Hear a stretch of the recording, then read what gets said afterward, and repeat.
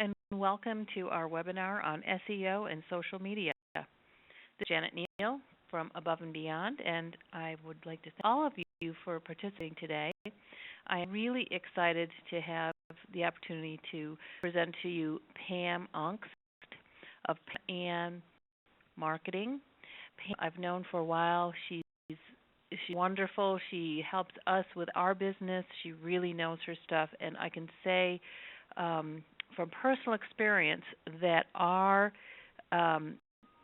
rates on Facebook and Twitter and everything else have gone up exponentially since we've been working with Pam. So I know personally that there's so much to learn here, and so I don't want to take up any more time, but let me just give you a little bit of housekeeping here.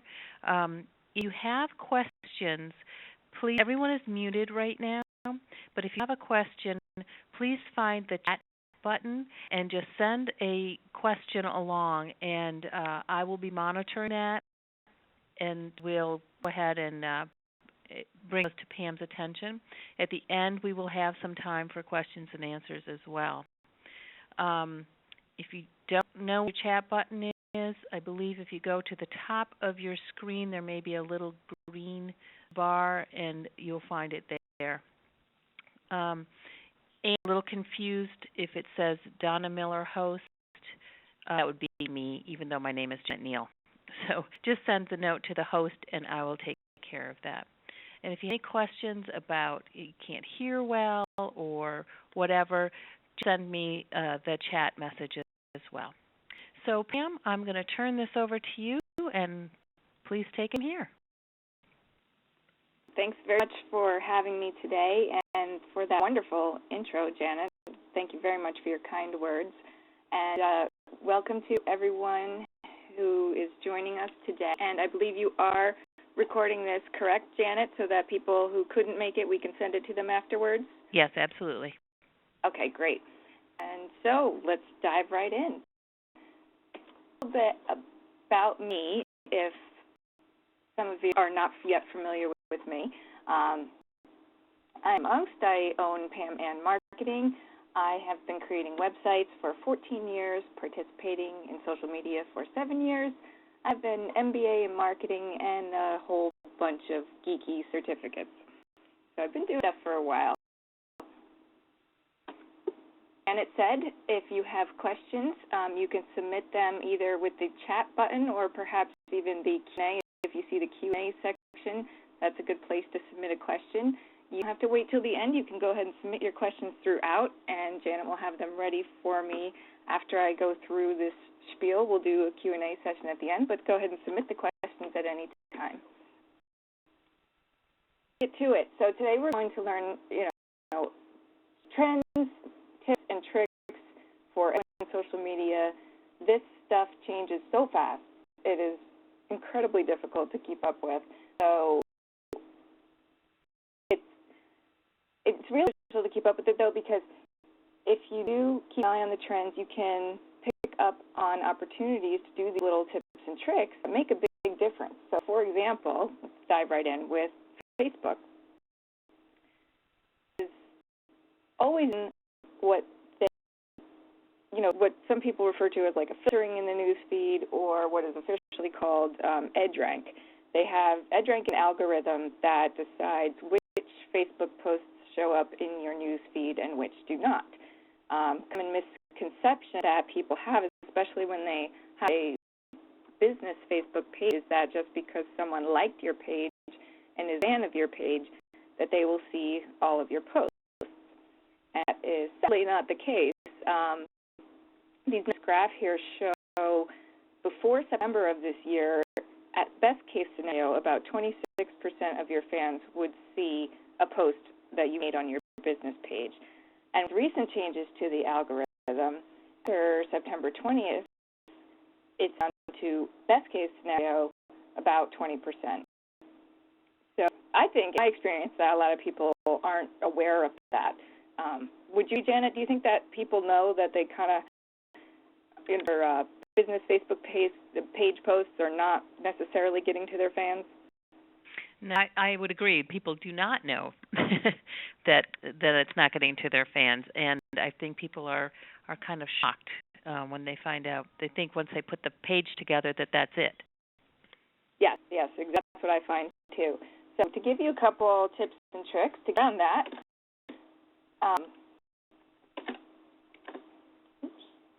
is to learn about EdgeRank. There are some resources, which I will pull up here, that I developed, an ebook and a podcast that you can listen to learn the EdgeRank algorithm. It's not, the word algorithm is scary. It's really not it's not that difficult to learn. It's not rocket science. There's 3 major components to it, and if you just pay attention to those, you can make better performance out of your existing Facebook posts. The other thing you can do is kind of what I want you to do, which is pay for extra exposure. You can do Facebook, but in this case, I'm just talking about getting exposure for your posts in the news feed. So the way that you can do that is to use the promoted posts feature. When you create a post, there's an option to promote it. For example, I have been making some posts throughout the week and last week on my business page, and I have about 700 fans, and each post is getting on average about 130 to 160 views. So that's right in line with about the 20% mark that is expected of people, 20% of my fans seeing my posts on a regular basis. But when I had this webinar coming up, I wanted more people to see my post about the webinar so they could make sure to know about it, wanted to join. So I promoted the post. There was 2 options. One was $5 and one was $10, and obviously more exposure. So I did the $1 one, and that post, as of last I looked at it, had 800-something views. So it went even beyond my fan base to like a kind of reach of other fans, friends of fans, and other people seeing it. So it does a big difference, but obviously you can burn through a lot of money if you promote every post. So I recommend reserve that for important posts like an event or a webinar or something you really want to make sure that a lot of your fans and other people see. And a tip that if you are really short on time, so if you really don't want to study the EdgeRank algorithm and really learn how to optimize the posts on a granular level, you can simply pay attention to your Facebook insights. Stat in particular is extremely helpful. It's called virality, and it's basically just a measure of how engaging your post was. It's an overall percentage of people that interacted with it in one way, or they liked it, they commented on it, or they reshared it. And just in looking at your percentages, the percentages will vary for everyone. So just looking at the range of percentages that you see, like some examples from me here, range from 3.7% to 8.38%. And just casually looking at this, I can tell, all right, well, that post on the 19th that got 8.38% virality was more interesting and engaging to my fans than some of the other ones, like the 3.7% one. So in general, I know that that's the kind of content and the kind of post I should be doing to get better exposure, because the higher the virality percentage, the more likely it is for that Facebook will show your posts to your fans. So now, I have a question going back to your previous slide, and you may touch on this later, but as far as the paying for the posts, how does that work? How much does that cost to do something like that? That's based upon the size of your fan base. They give you usually 2 options. In my experience, I see different options, and it can be like $5 and $10 is what I see the most, depending upon how many fans you have. But for a larger page, the options might cost more because they base it on the reach of the number of people you have potential to get to. So basically, when you write any post on your Facebook fan page, you will have the option, a button at the bottom, right by the post button before you officially post it. And even after you post it, actually, I think the button stays there. It says promote. And when you click on it, it'll give you your options.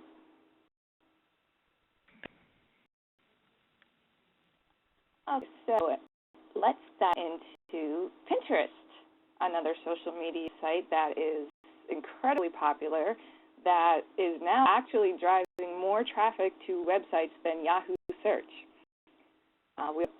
Not a whole lot of people use Yahoo search, but actually they still had a chunk of users, driving traffic through Yahoo search, and Pinterest has now blasted past that. So it is a very significant platform to pay attention to.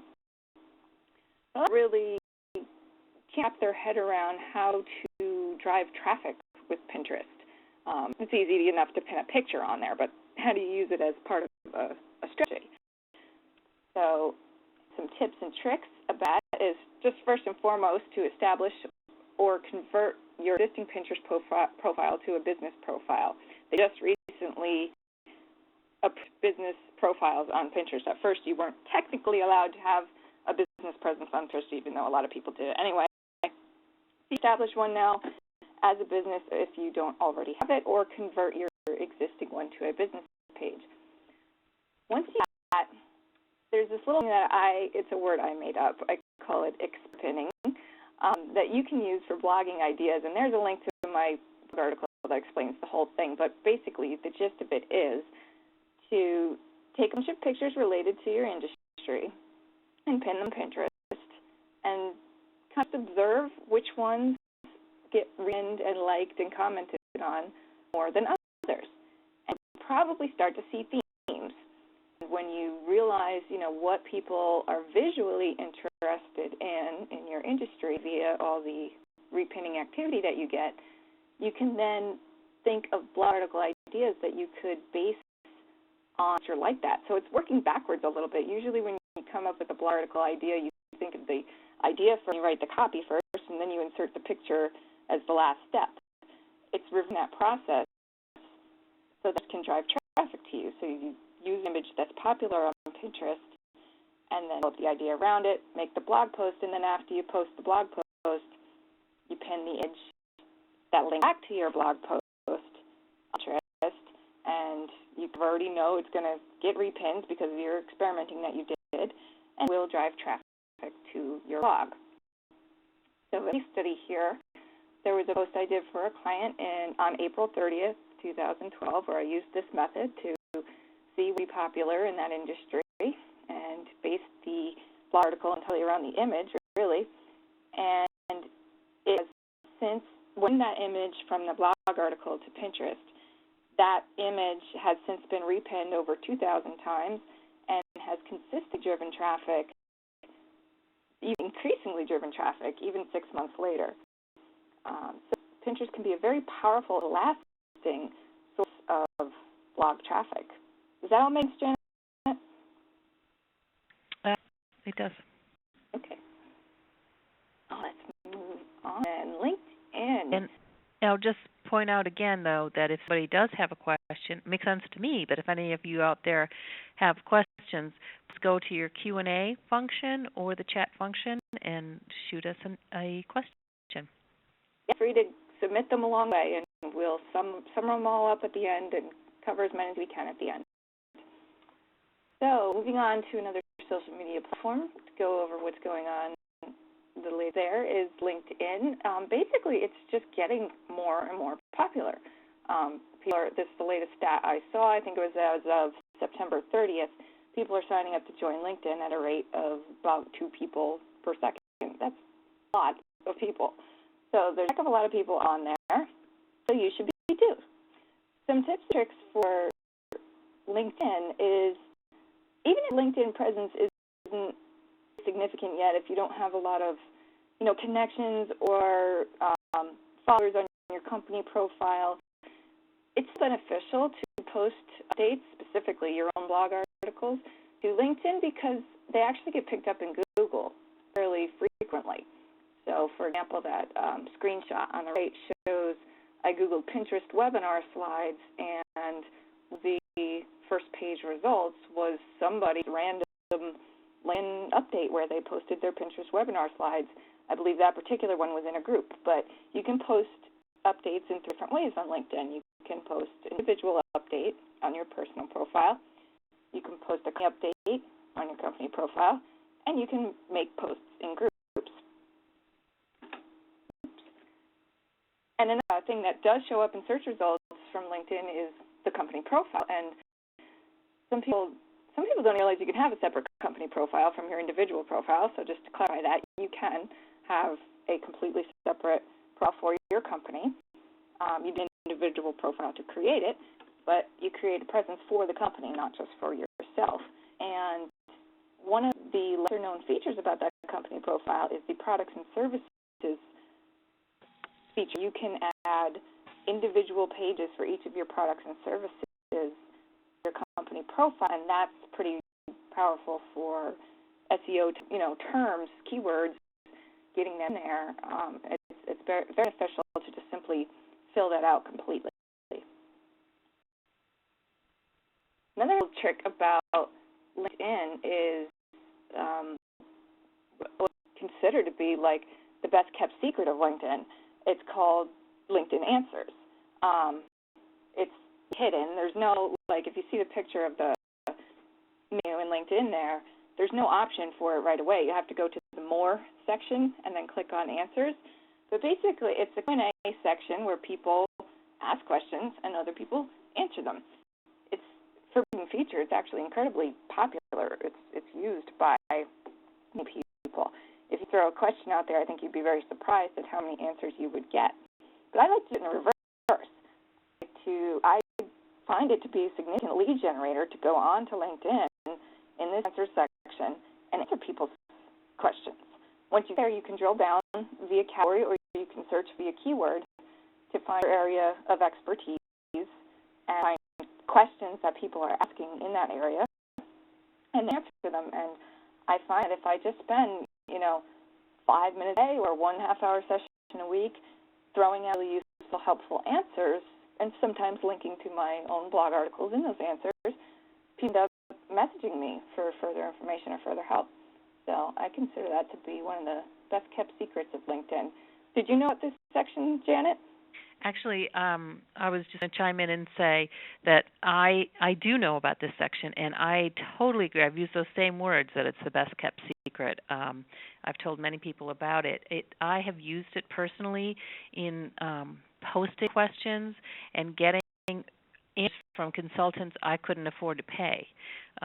So it's been really beneficial that way, and I've done it the same way where I have answered questions, and it just increases your credibility in your profile and increases the contacts that you can make there. Good point. Yes, definitely. Answering questions there can not only produce leads, but can simply help you grow your presence on LinkedIn by gaining new connections there. So cool you knew about that. Most people I tell about it haven't already known, but that's great. You've been making use of it. So next in our trends is the red-headed stepchild of the social media world, which is, of course, Google+. Now, Google+ is like a big joke to a lot of people. It's called a ghost town and everything. But I'll tell you why it is worth your time to pay attention to Google+. First, it's Google. So if you're active on Google+, you get off into Google search engine. But to end upon that and to go into some of the more recent trends, Google is merging. It used to be called Google Places or your Google Maps page with your Google Plus business page, or also known as Google Plus local page. And so via that merging, presence on Google Plus or Google Local, whatever you call it, gets you into that local results section, which is the green section there. There's the on top, and there's the regular old search results on them. But the mid-section, the local section, Google has been expanding. There've been a lot more results there because they are trying to drive people to use Google+, and now that they're changing map pages over to Google Pages, they're focusing a lot more of their real estate, a lot bigger section on that search engine results page to the Google results. So it is worth your while to at least make sure it's set up completely and thoroughly filled out, at least once, but also I recommend that. I'm going to go into the rest of the trend now, which is, so they're expanding upon that Google Local section that for computers. On mobile phones, for Android phones, which are increasingly popular and forecast to continue to increase to be incredibly popular, Android phones, they are in the leaders now installing this thing automatically called Google Now. And what Google Now does is kind of tries to predict the information the phone user might need based upon their calendar and their location and things that they've typed into the search engine. So, for example, I have it on my phone and I've driven into a town, and without me even asking, Google pops up and gives me the 3 most popular restaurants nearby. So it's kind of taking the user's action out of the search process and using a predictive knowledge when they have enough data, which on a smartphone they do, to determine what information the user might want to know. So if that's the trend, that's just going to keep increasing, is things are going to move over to a more predictive search, predictive knowledge versus search, especially with mobile. You only want to enhance your Google Plus presence for purpose. So first and foremost, convert your Google Plus page to a Google Plus page if it lets you. This is the tricky part of this, is that they are doing this conversion from Google Maps to Google Plus in fits and starts and random rollouts. So each person's experience might be a little different, but just start by logging in. If you know you have a Google Maps listing, log to the Places page, Maps page, where you manage your profile, and it will probably give you an option right there to convert to Google Plus. If not, it might do it automatically for you at some point. But just at least log in, make sure it's complete, see if it gives you the option to convert, or if you don't have one at all, definitely establish a Google local page on Google Plus. And then circles, because not for the sake of doing a whole lot of engagement on there, but because the companies with more people in their circles and companies with more reviews, which is something you really want to focus on as much as possible for your Google Plus local page, is reviews, because the more people that have you in circles and the more reviews that you have, the more likely you will be to show up in that local section on people's Google searches on the computer. And like the example I gave about, I drove into a town and Google Now popped up 3 restaurant results on my phone without me even asking. The way it determined which 3 to serve up was how popular their Google Plus page was. And Pam, how popular is driven by how many circles and how many reviews. Pam, a question for you. Yes. On Google Plus pages, I totally understand where this would benefit a brick-and-mortar type of place. Does this applicability for service organization or an individual who performs a service? That's a question. It will the import will vary based upon the type of business. So for a business like a restaurant that depends and thrives on foot traffic, this is incredibly important. For a business that is, just a consultant who goes out to other people and never has people come to their office, it's still kind of important because it still can get you in that results, on the first page in a pretty high spot. So it's pretty important still, and I would still do it, but it's not as much of a lifeblood thing as it would be like a restaurant. But I still recommend everybody do it because it has a chance of increasing your Google search results, and that's always a good thing no matter what business you're in. There's also an effect it has on authorship, which is another SEO tip and trick I'll get into in a moment. So, it's free, right? But good point. It will vary in importance for the type of business. Mm-hmm. Free, correct? Oh, yes. Yes, it is. So the other thing is you do want to be active on your Google Plus local page. You want to update it pretty much as frequently as you update Facebook. It's another element of making making it a popular page on Google+, so that you do come up as one of the more local results in your area. Okay, so this is what I was talking about, the next thing, authorship. This is another reason to focus on Google+, at least a little bit. This is a screenshot from Googling the keyword blog article ideas. And you'll notice yours truly is in the number 2 position. I guarantee you, if I set up my authorship and focused on my Google+ presence, I would definitely not be there. It's a very competitive term. You'll see there's 484 million pages that are ranking for that term. And I can guarantee you I wouldn't have gotten to number 2 if I hadn't paid attention to the latest trends that Google wants to see you doing, like authorship and being active on Google+. So authorship basically means that, notice my picture is versus some of the other articles that came up, they don't have a picture of the author. It's simply linking your Google+ personal profile. We're not talking about business profiles, we're talking about your Google+ personal profile, linking that to your blog or your site where you post news articles or wherever you post content on the web. It makes that Google knows who wrote it, and they can pull information from your Google+ profile, like your picture, which simply makes it stand out so much more than the other results. And my name, where it says by Pam Unks, and then it says in 933 Google+ circles.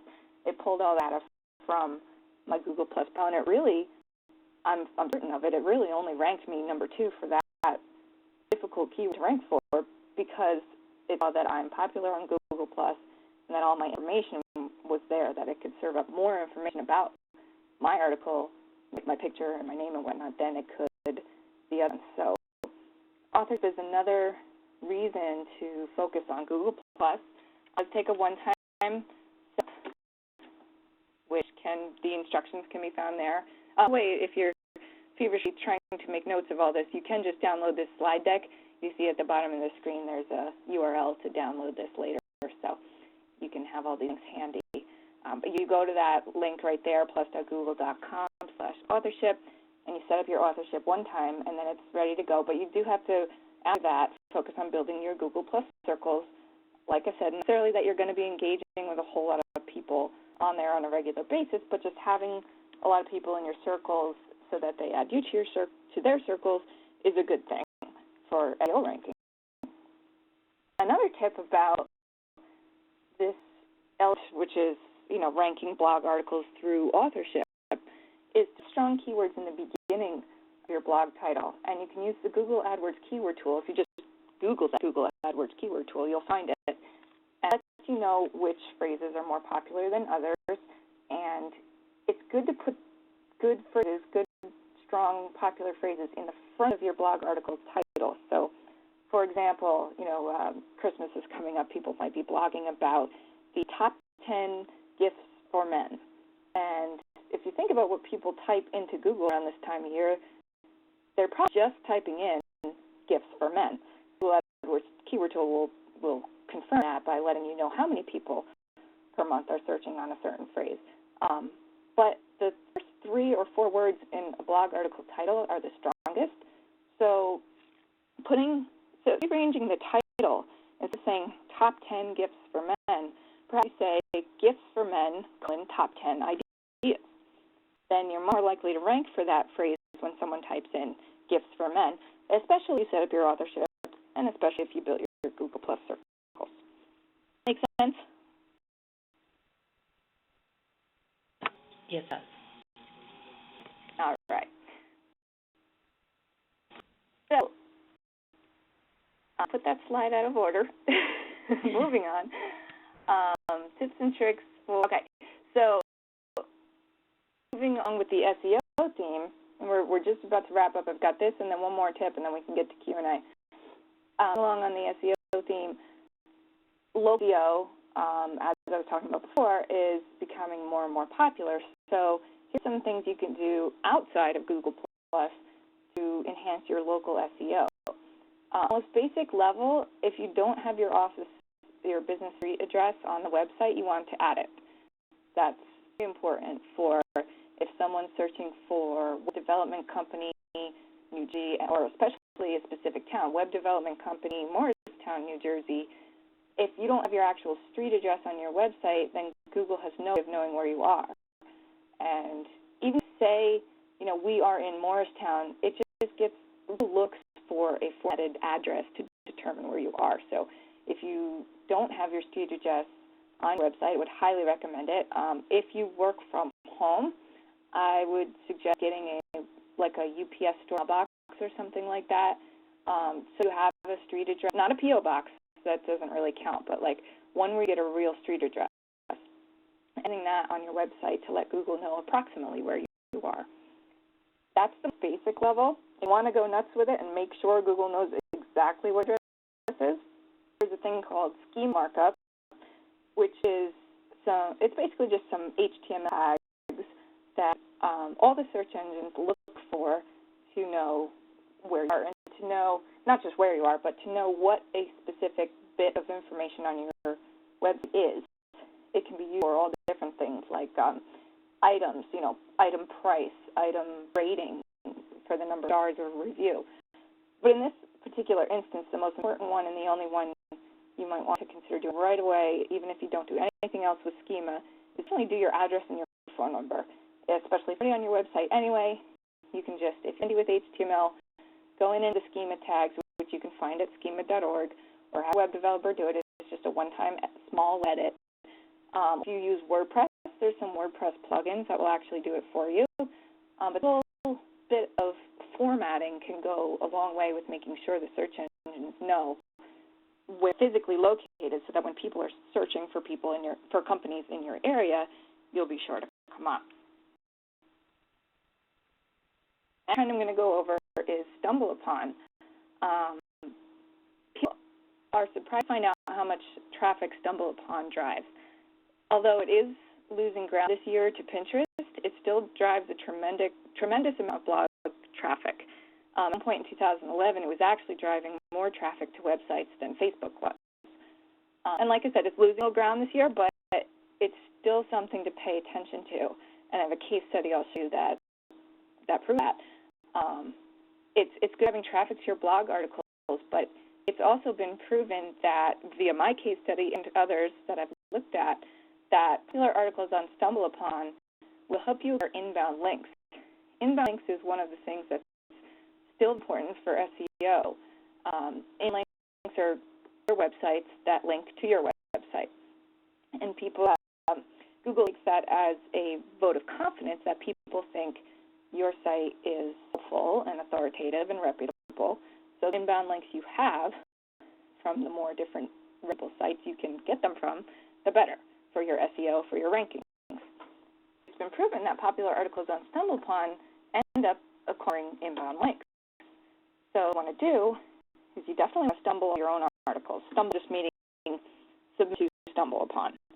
So you get a blog article and go to StumbleUpon and put your link there, or the other shortcut ways to do it. But just make sure you get your own articles on StumbleUpon. And another thing that StumbleUpon has that I was very surprised at the success that I had with it was paid discovery. So StumbleUpon, because it drives so much traffic, there's a links flying through there, and they're buried kind of quickly. So unless your article goes kind of viral on its own, it's probably going to appear and then disappear in StumbleUpon pretty quickly after you submit it. But if you do the paid discovery, StumbleUpon promises to keep you higher to guarantee you get more clicks.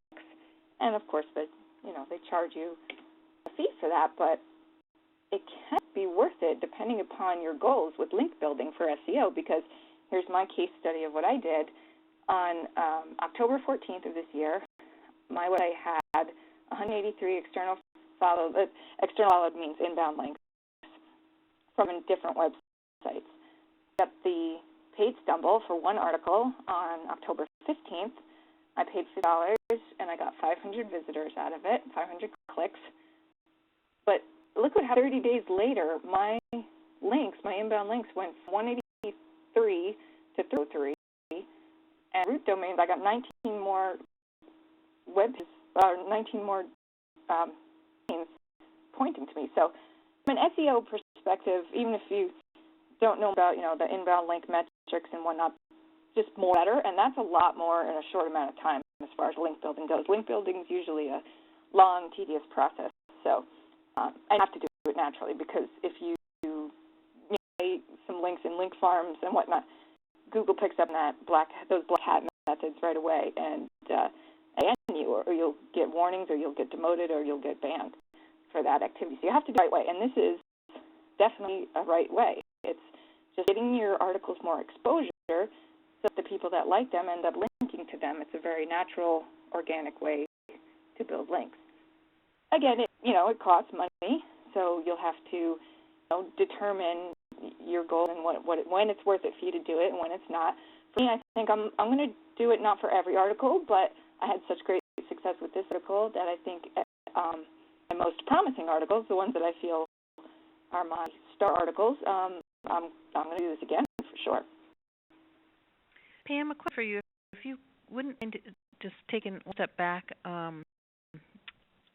explaining just a little bit, because I know I'm not totally clear on what you mean by the links and the domains and stuff like that. Is there a way that you can just spend a couple minutes explaining what is the link? I should have down the wording on this case study a little bit. I copied it from my own notes. But basically, you get links to your website. You can get links to your website from one website. So let's just use the two of us as an example. So I'm manmarketing.com. You get above and beyond our virtualofficestaff.com. Mm-hmm. So, a blog article about your company or about something we did together, and put in a link to virtualofficestaff.com. That's a link. Now, say the next month we do another event together or something, I blog about it again, and I have another link to your website. You now have two links to your site coming from my website. So that's two inbound links for you, but it's only from one domain, from one site. So in case of what I'm calling external followed and root domains here, it would be two external followed from one root domain. So in another language, it would be like somebody is sharing your and providing a link to it. Is that what it is? Yes, exactly. And social media activity does count as that, but those links are not followed by the search engines. The search engines don't really pay attention to share on social media, but other shares like discussion forums, shares from other people's blog articles where they reference your blog article, things like that are called followed links, and those are the goal ones you want to go for. Those are the good ones. Okay. So this stuff gets real. I can go on about the link metrics and how they work, but the point isn't just better. And this is definitely one way that you can do it right, because sometimes you might even get cold calls from people promising to get X number of followed links from X number of domains and time at all for only this cost. And these, and they're really offshore companies. They build websites just for the sake of selling links, and that's against Google's webmaster guidelines. So that activity can get you in trouble. And really organic way to build links is to post awesome content that people link to.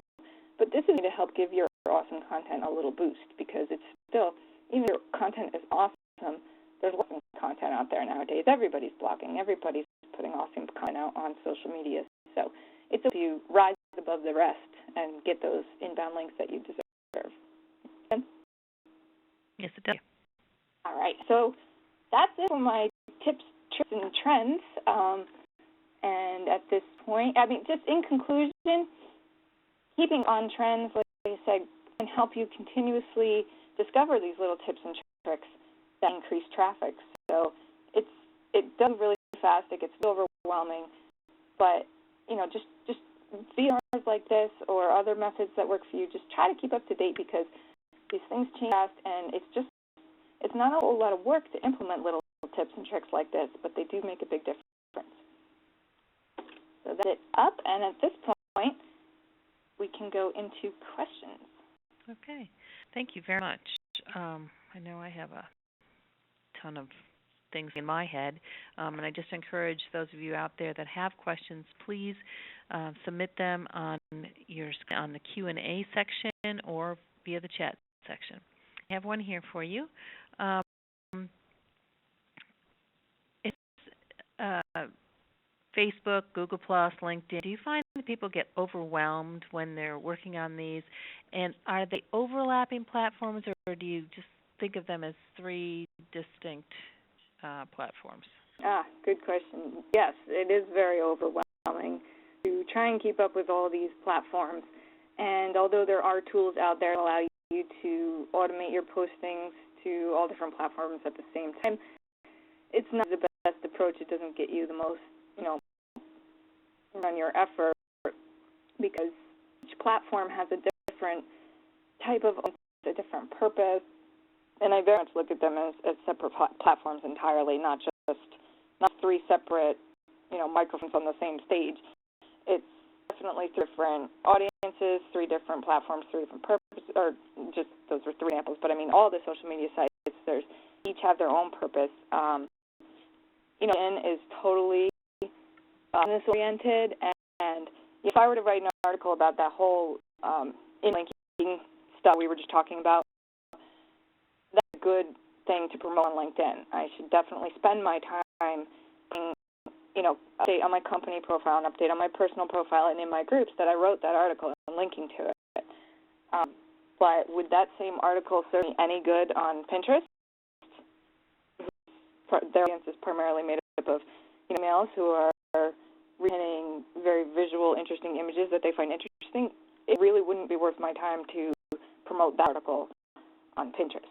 So they're entirely different, but that's the way to help keep yourself from getting overwhelmed, is to keep that in mind and to say, is it worth my time to promote this piece of content on that network?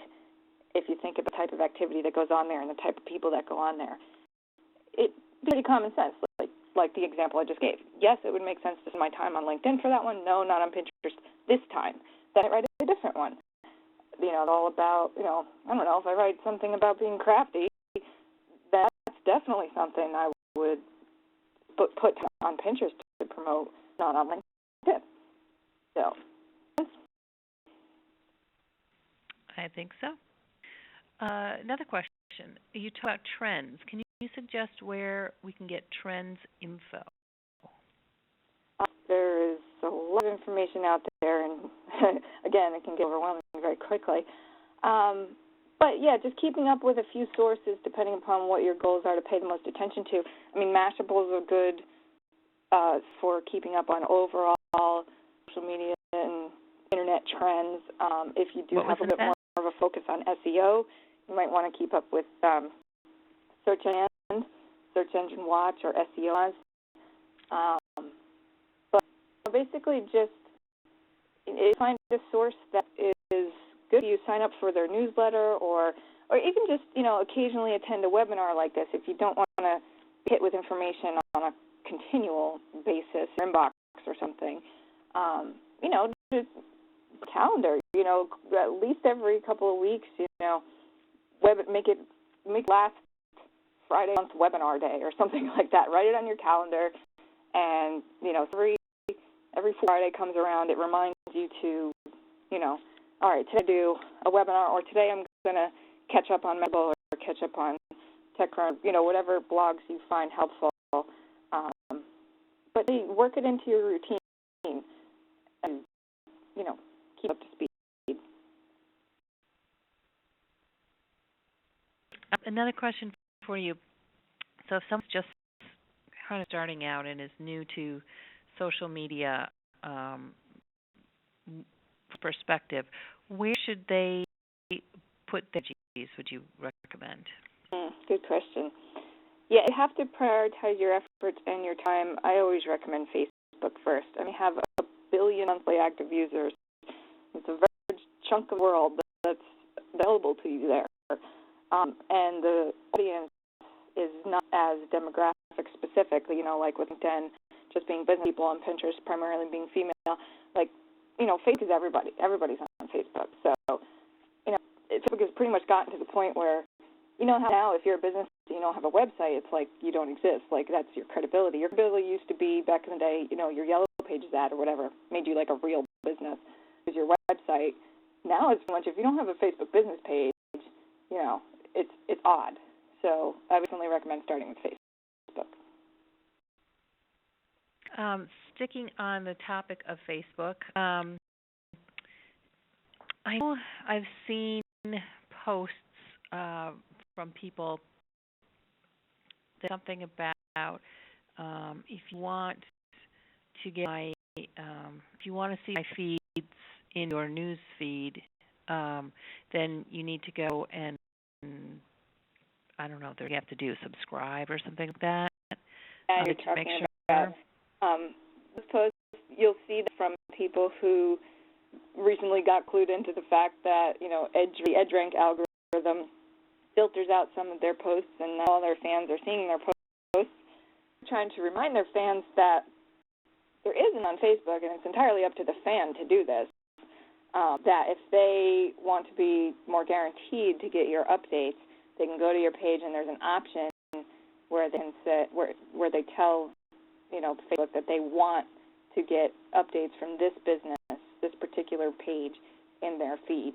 So our businesses out there encouraging their fans to do so that they don't miss out on posts, because not only do the business owners often not realize that not all of their posts are being seen, the fans often don't either. They think that just because they go to the Nike Facebook page and they like, they think they're all the latest posts from Nike, which is not necessarily the case, unless they do go do that extra step. And what extra step again?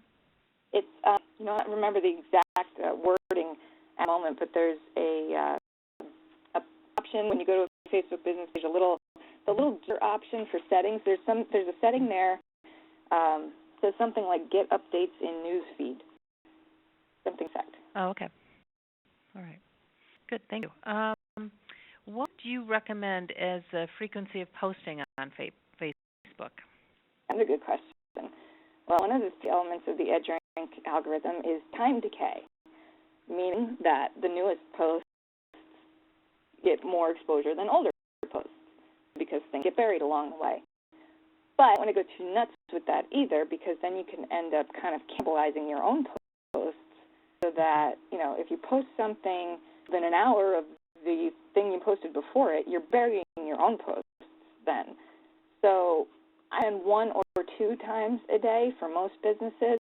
If you want to get into analyzing your own statistics and finding the optimal rate for you, there's tools such as CrowdBooster and EdgeRankChecker.com that will tell you. EdgeRankChecker is a paid service, but CrowdBooster, I believe, tells you for free, based upon your own page's history, what the optimal times of day for you to post is. Do you have all these things growing up there? Do you have them written down somewhere? Pretty much, yes. If you know this slide deck, the various links that I gave throughout give a lot of backup information to what I'm saying now. You have 2 different things on the screen right now. One says Trends Deck and one says Tips, Tricks. Oops, I messed up there. Ignore the one at the bottom. It's the one at the top. Okay. I had to change it afterwards because Tips, Tricks was already taken. So sorry about that. It's the one top. Trend Deck one. Trends Deck. bit.ly/Trends Deck. Or if you have any at all, just email me and I'll email you the slides. Great. Do we have your email address here? It is pam@pamandmarketing.com. And almost all this is on my website, too. There's the blog section and the classroom section. Between those 2 areas, pretty much most of what I threw at you today, that information and more, is there, too. Okay, great. Is there a source that would define the primary use for businesses using Facebook, Twitter, Google, such as a new product promotion or a new product announcement? In other words, if you've got a new product, what's the best app to use to promote it? I think I understand what you mean, but it's a hard question to answer across the board because it really depends upon the product itself and product's target customer. For example, if you have a product that, business owners would find very useful, I don't know, let's say you sell some kind of financial software, business financial software, that would be most well marketed on LinkedIn versus, if you sell craft supplies, that would be most well marketed on Pinterest. Facebook and Twitter are pretty much, target market. Facebook is like I said, all target markets are on there. Twitter is almost all target markets, although it does tend to be younger people. So, like, I had someone ask me, they had a company that sold golf tours. So they book these fancy trips where you go golfing in these exotic locations. And they should be on Twitter, right? Everybody's got to be on Twitter. I'm like, actually, in your case, I don't know that your target, who is, male 55 and up, I'm not sure you're going to find a whole lot of them on Twitter. You might want to focus actually more on Facebook and LinkedIn. Mm-hmm. So hard to answer that question as a blanket statement because it really depends upon the product that you're selling and the target market that you're going for. Yep. If it was a, let's say it was a wholesale distributor to reseller for industrial water treatment, just to be specific, what kind of platform do they on that probably? Yeah, LinkedIn definitely. Facebook, like I said, because everyone and their dog is on Facebook, right. And whoever your decision makers are at the company, because even if you're business-to-business organization, you're trying to get other companies to buy from you as opposed to individuals, there's still an individual in that company that you need to woo and win over. So everyone is on Facebook, so always Facebook. But yeah, in that case, industrial-type things, definitely LinkedIn. There's also some very niche kind of social sites, like if you're a contractor or an interior designer, there's that site called Houzz, Houzz, I think it is. People are extremely active on there when they're searching for interior decorating ideas and home remodel ideas. So a bit like that should definitely be on one of those more niche sites, too. Mm-hmm. Good. You spoke about Twitter, and this is a good question that I kind of wrestle with sometimes myself. Do you recommend linking Facebook or Pinterest content automatically to post on Twitter, or automatically to post on Facebook, or is it better to separate all of these and have separate postings? Great question. I am anti-automation simply because the nature of social media is to be social. You can't really socialize with a robot. That being said, there are advantages to using it sparingly. For example, I use OwnWire to submit my blog articles automatically to a couple of different platforms, but never Facebook. Even if you use, I always recommend if you use any automation, use it extremely sparingly, but never use it for Facebook because that's one of the elements of the EdgeRank algorithm. Facebook does not like posts that come from third-party apps or tools. It knows which ones come from humans when you go there and manually type it in versus one came from an app or a robot type thing. And your Facebook post will not rank as well if they're coming from an automated solution. So never on Facebook, and very sparingly otherwise, because if you use a whole of that, where every one of your Pinterest pins are auto-tweeted and every of your Facebook posts are auto-tweeted, and your Twitter feed then ends up looking like a robotic stream. Right. You can tell that no one's there, and a lot of people won't follow your company if your feed looks like that. They follow you because they want to talk to you. They want to be social with you on social media. So I do recommend you use that very, very sparingly. Yeah. The other thing that I found that, and I do this, is like if I post something, I think it's Facebook, on one of my pages, it will automatically go to Twitter. But if it does that, then I lose out putting the hashtags in there. And if I put the hashtags in a Facebook post, then it looks ridiculous. Exactly. Very good point. Yes, there are formatting issues, technical formatting issues like that as well that are really important and can make you look kind of silly. Like if you're posting hashtags on Facebook, which for anyone who's not with hashtag is just a word with a number sign in front of it. But on platforms like Pinterest, Twitter, and Google+, you can drill down on a hashtag, like click on it, and get more posts on that topic, clicking on that hashtag, but that doesn't work on Facebook. So if you're automating your tweets to your Facebook page and there's hashtags there, it really does look silly and unprofessional. Mm-hmm. Great point. What have you seen that works for increasing the overall fan base on Facebook, or could you point people to some place to go for more of that information? Certainly. Well, like we've talked several times today, just focusing on drink to maximize the exposure of your post is good, because if you get more exposure to your own fans and they start clicking like and commenting on your stuff, their friends will see doing that. So, just paying attention to doing a really good job with your Facebook posting helps in general. What I think is the best boost, though, is sponsored stories, which is a form of Facebook ads, but they're not the regular old traditional school ads that you see down the side when you log into Facebook. It's the ones that simply, sometimes you don't even notice that it's an ad. It just says, your friend Lindsay likes Skittles. You see that stuff coming through your feed. And then what happens a whole lot is, oh, I like Skittles too. I'm going to like their page. And then, so it's called sponsored stories, though. The advertisers do pay for it, and it shows friends of your fans, friends of your existing fans. So, Jana, if you're, which you are, a fan of my business page, if I ran a sponsored story, all your friends would see in their feeds, Jen Neal likes Pam Ann Marketing. And then for anyone who's vaguely familiar with me or interested in the information that I have on my page, see that, then they tend to click like on my page too. I've used that, and I've used it very successfully. Again, you got to watch your costs and budget for what it's worth to you. From my experience and from other clients' experience, it tends to cost about $1 per acquired fan. That will vary with different business pages and different industries, but if that's worth it to you, then that's a very quick and effective way to increase your fan base exponentially.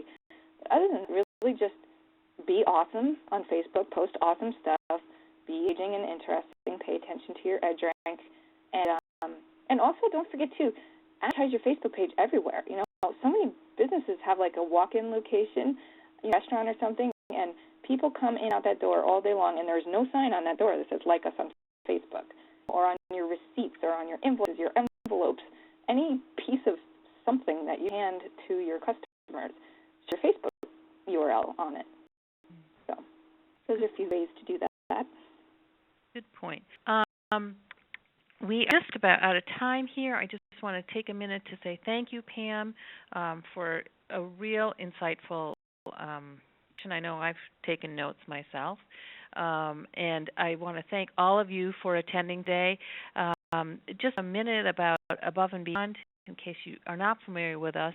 We are a shared office, flexible office center in Montclair, opening a second location in Sparta, New Jersey, and we offer a variety of administrative services for small business owners. These kinds of seminars, webinars are just part of what we're doing. I would encourage you to take a look at the website in the next week. We'll have an update there of all the upcoming webinars and seminars. We've got a couple coming up next week on QuickBooks if you're interested in that, and we'll have a lot more coming in the new year. So again, on behalf of Above and Beyond, Janet Neal, I thank you very much for attending today, and we will let you know when we've got the recording. We'll send that out to you as well. Thanks for attending. Thanks, Ray.